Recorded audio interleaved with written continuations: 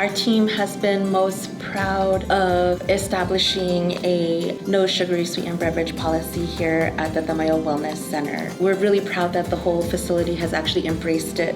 We're most proud of too is the lactation station being implemented in the building. The lactation station, you would hope in the future that would be something that would naturally appear in a beautiful new building like this, but to go ahead and make space for it. There is nothing in the policy written about it, but we wanted to support mothers who are breastfeeding in the community and help outreach to that, so that way they too can come and work out in the facility and have some place to have a nice comfy area for that. I think that was really a good accomplishment on our end, and to have the support of the team too here help incorporate that. We just didn't have anything concrete, not until we actually, were involved in this grant. Before, we as a wellness program, we just played the role of making sure that, when we had our own events, that we made sure that, healthy beverages and healthy foods were always served. And so, of course, the community just automatically have come to know that, when they come to one of our events, they know it's going to be some healthy options available for them. But as far as anything concrete, this is the first time once the center was built and once we did get this grant going, this was a policy that we did go ahead and put in place. We kind of just tell them, hey, we have this policy in place. We have no sugary sweetened beverages in this facility. Can you please, put your Coke away or your Gatorade away until you leave the building or when you get home or something, because we do see kids come and I know they do struggle. To be the one who's enforcing the policy is not the fun role, and that's one thing I think we want to work towards, is thinking about, rather than pop police or something, becoming water warriors and really starting to think about how can we make it have a positive statement rather than a finger-wagging statement at folks. Well, in trying to make sure that we do have, that we can sustain the work that we've already, accomplished, with this grant, we did want to do some kind of marketing, something, come up with a logo, something that we could use that people would identify, our Water First efforts, in the long term. So we worked together with a marketing firm and we were able to go ahead and come up with this logo. And so of course we have on there, it says Zits for Life.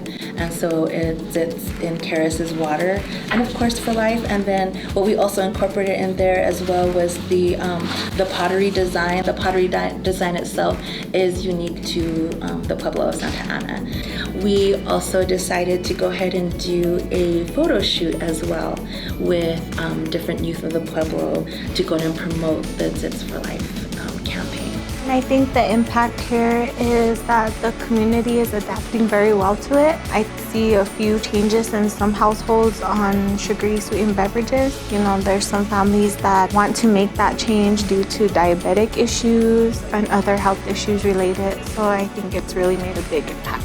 Even in traditional settings, especially feast days, things of that nature, summertime, it's usually hot, everybody wants something refreshing, and I have gone to several households where, there is, maybe a sugar sweetened beverages being served, but there's also the option as well, there's infused water on the table, which is great too, or even just, a pitcher of ice water on the table, or even just water bottles set, for those who want water. So at least that option is available for them, and that's a good change, and we're seeing a lot of that more and more lately.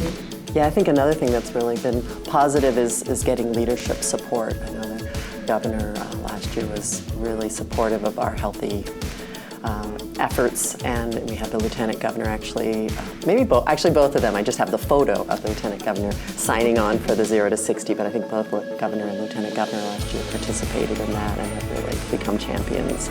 Yeah, of course we have our ups and downs. Now people are getting used to it. I think that's the most surprising journey we've had with our team. Once we started that journey was just the increase on how participation for our events have gone to, promoting infused water at some of our programs. Also with the kids too, for our after school program, we did offer those choices of infused water and just how well they like the idea of having infused water. to now, holy cow, I'm like, we actually have, a written policy, on some documentation, in regards to the use of this building, again, and seeing infused water on tables during feast times, having that become more prevalent, in a lot of households, it's still a move towards something.